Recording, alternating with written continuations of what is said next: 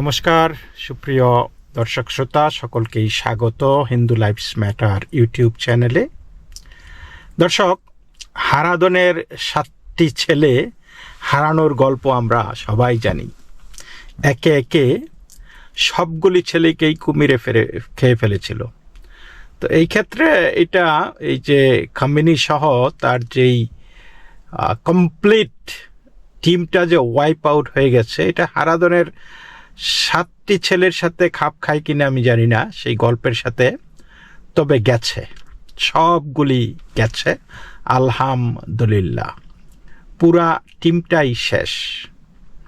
তো এখন কথা হলো যে আপনারা জানেন যে খামেনি এবং এই ইরান যারা চালিয়েছে গত 47-48 বছর ধরে, এরকম নিকৃষ্টতম প্রাণী, জীব, জন্তু হয়তো পৃথিবীতে নাই।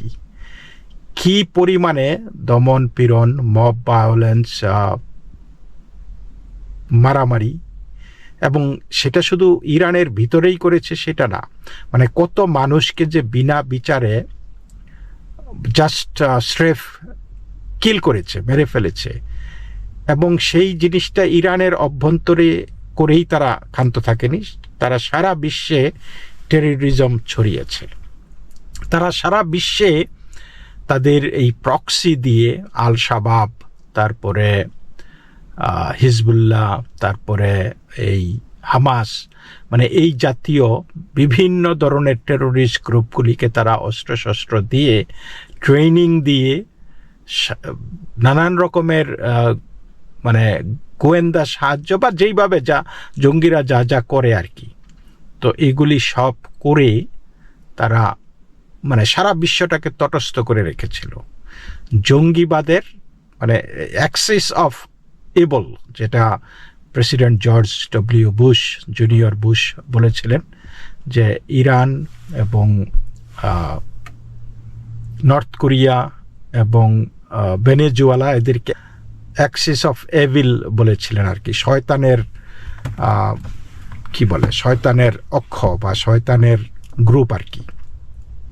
তো তারা সেগুলো করেছে, আমরা দেখেছি। মানে এবং তাদের ব্যাটল ক্রাই ছিল যে ডেথ টু আমেরিকা। তারা আমেরিকাকে শয়তান বলতো।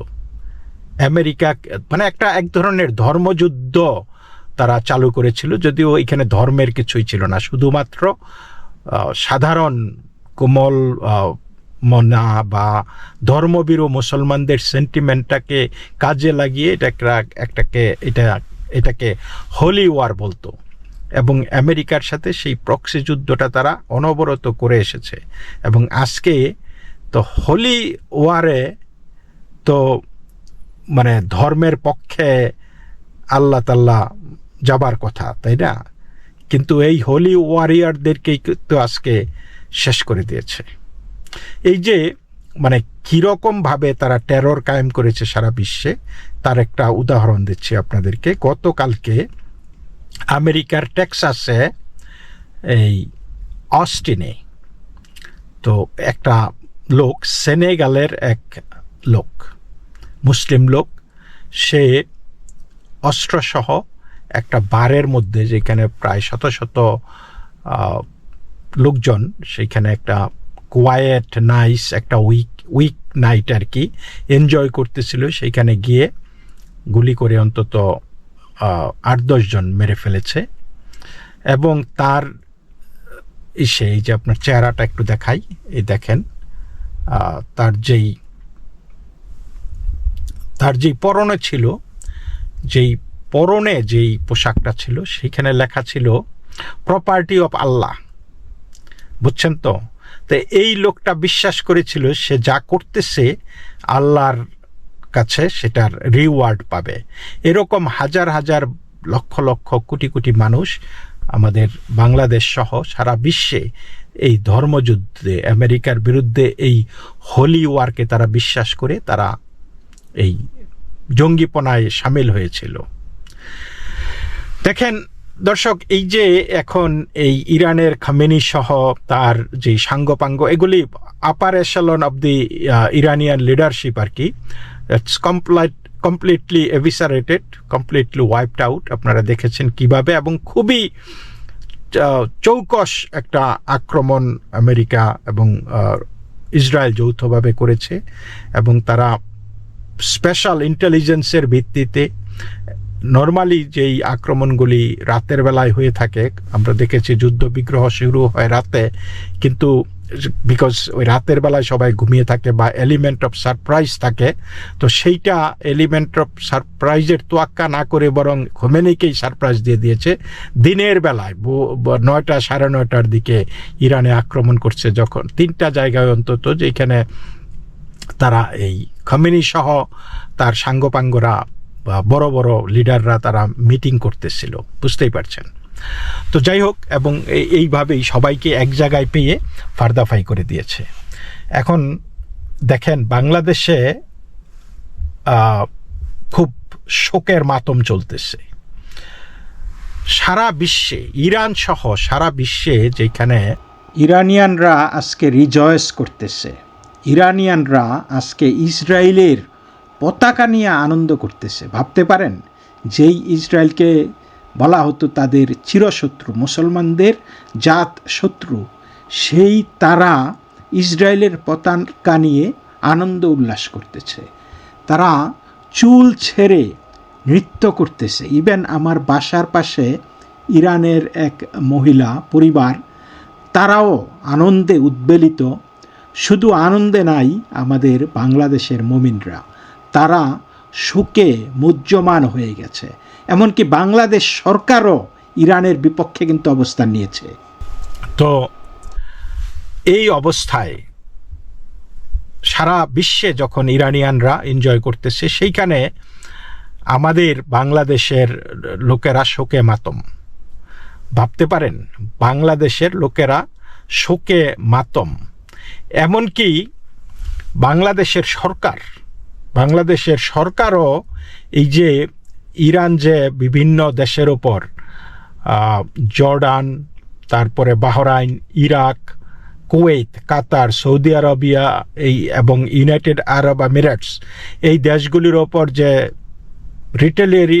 রিটেলিয়েটরি অ্যাটাক করতেছে ইরান, এইটার কিন্তু বাংলাদেশ সরকারও নিন্দা জানাইছে। আপনারা দেখেন, বাংলাদেশ সরকারও এটার নিন্দা জানিয়েছে যে Bangladesh also condemns the violation of sovereignty of some countries of the region, including Bahrain, Iraq, Jordan, Kuwait, Qatar, Saudi Arabia and the United Arab Emirates.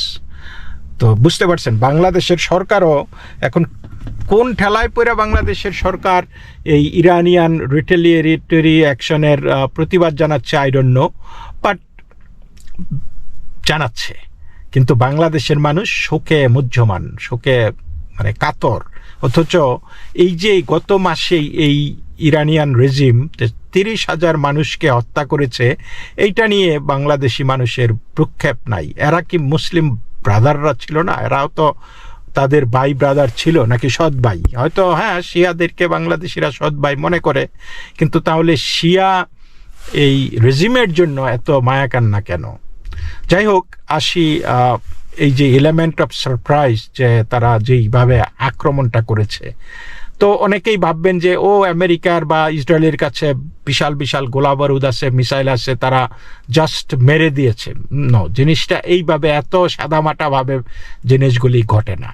তো ইরানের কাছেও তো মিসাইল আছে। এই যে আমেরিকা এবং ইসরায়েল যখন মারে, তখন ওইখানে তারা টার্গেট অনুযায়ী পিন পয়েন্ট নির্ভুলভাবে অ্যাটাক করে এবং লিডারশিপকে এলিমিনেট করতেছে।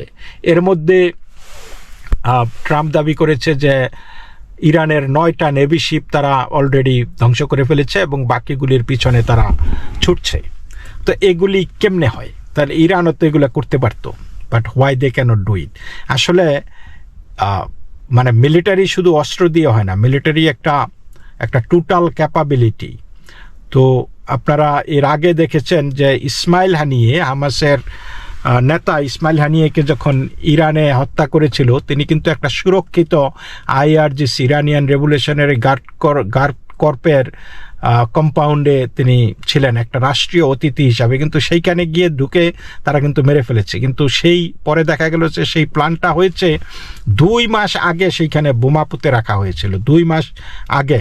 তারা এই যখন ইরানের যে প্রেসিডেন্ট মারা গিয়েছিলেন, তো সেই প্রেসিডেন্টের শেষকৃত্য অনুষ্ঠানে যাবেন না, পরবর্তী যে পেজেশকিয়ান যেই প্রেসিডেন্ট ইনাগুরেট হয়েছে আর কি, তার এই ক্ষমতায়ন অনুষ্ঠানে আর কি, অভিষেক অনুষ্ঠানে সেইখানে তিনি নিমন্ত্রিত হবেন। চিন্তা করেন, তিনি নিমন্ত্রিত হবেন, সেইটাও ইসরায়েল জানতো, কোথায় নিমন্ত্রিত হয়ে কোথায় থাকবে সেটাও জানতো, এবং সব কিছু তাদের নখদর্পণে। এবং সময় মতো রাত 2টা বাজে শুধু রিমোট কন্ট্রোল দিয়ে বোমাটা ব্লাস্ট করে দিয়েছে, সেইখানে কিন্তু ইসমাইল হানিয়ে শেষ হয়ে গেছিল।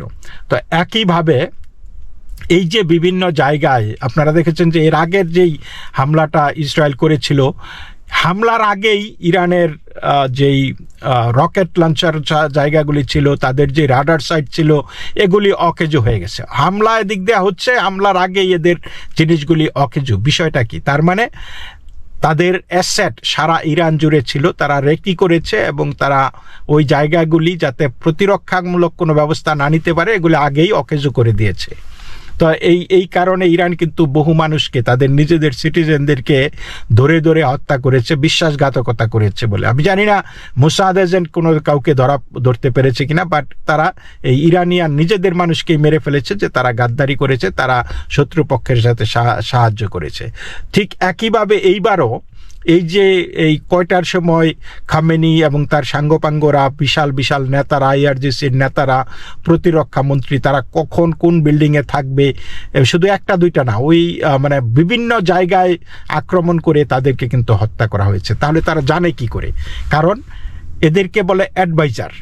এই ইরানের অভ্যন্তরে বা যে কোনো দেশে যারা, যখন এই আমেরিকা ইসরায়েল যখন অপারেশন করতে যায়, তাদের অ্যাসেট সেইখানে ঢুকিয়ে দেয়। সেইখানে গিয়ে তারা এই বলা হচ্ছে যে গত আক্রমণের পর থেকেই এই আয়াতুল্লাহ খামেনিকে আমেরিকা এবং ইসরায়েল বা সিআইএ তারা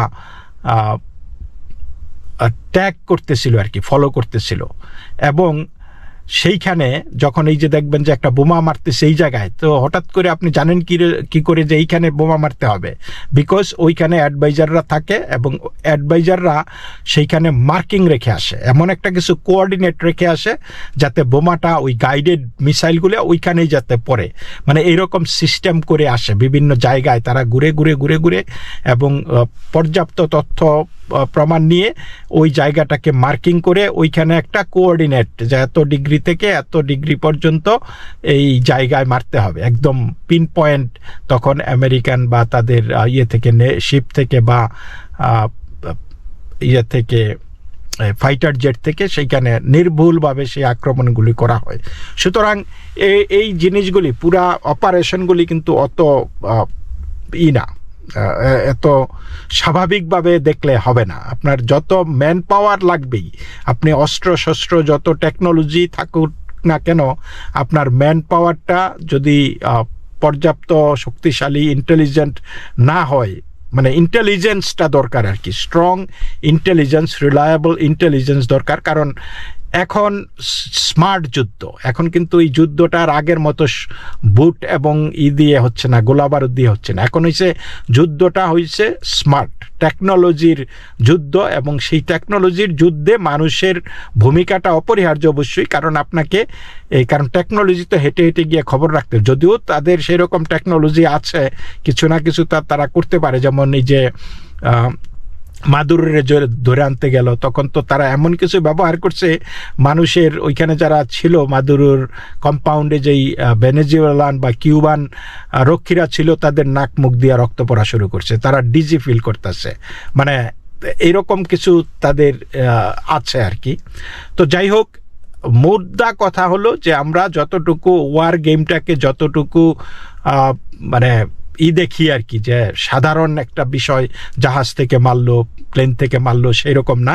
সেখানে মানুষের ভূমিকাটা অত্যন্ত গুরুত্বপূর্ণ, এবং আমেরিকা যদি মনে করতো যদি যে এদেরকে কিন্তু তুলে আনাও খুব একটা ব্যাপার না, যদি ওইখানে ক্ষয়ক্ষতি হতো, কারণ মানুষ মারা যেত সেইখানে, যেহেতু দে আর গার্ডেড অল দি টাইম।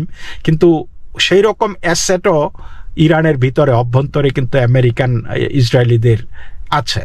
যাই হোক, এদিকে আমেরিকান গভর্নমেন্ট, ডোনাল্ড ট্রাম্প বলেছে যে ইরানের যেই বর্তমান যেই লিডারশিপ আর কি, টেম্পোরারি লিডারশিপ আছে, তাদেরকে বলেছে সারেন্ডার করতে, আর না হলে ফেস সার্টেন ডেথ। যে এখন তোমরা যারা আছো তোমরা সারেন্ডার করো, তোমাদেরকে আমরা সুরক্ষা দেব, তোমাদেরকে আমরা ইনডেমনিটি বা ইমিউনিটি দেব, কিন্তু এর বাইরে তোমরা যদি এই পুরনো রেজিমকে বাঁচিয়ে রাখার জন্য, ইসলামিক রিপাবলিককে বাঁচিয়ে রাখার জন্য যদি তোমরা সেই পথেই আগাও, তাহলে you will be dead, you will die definitely.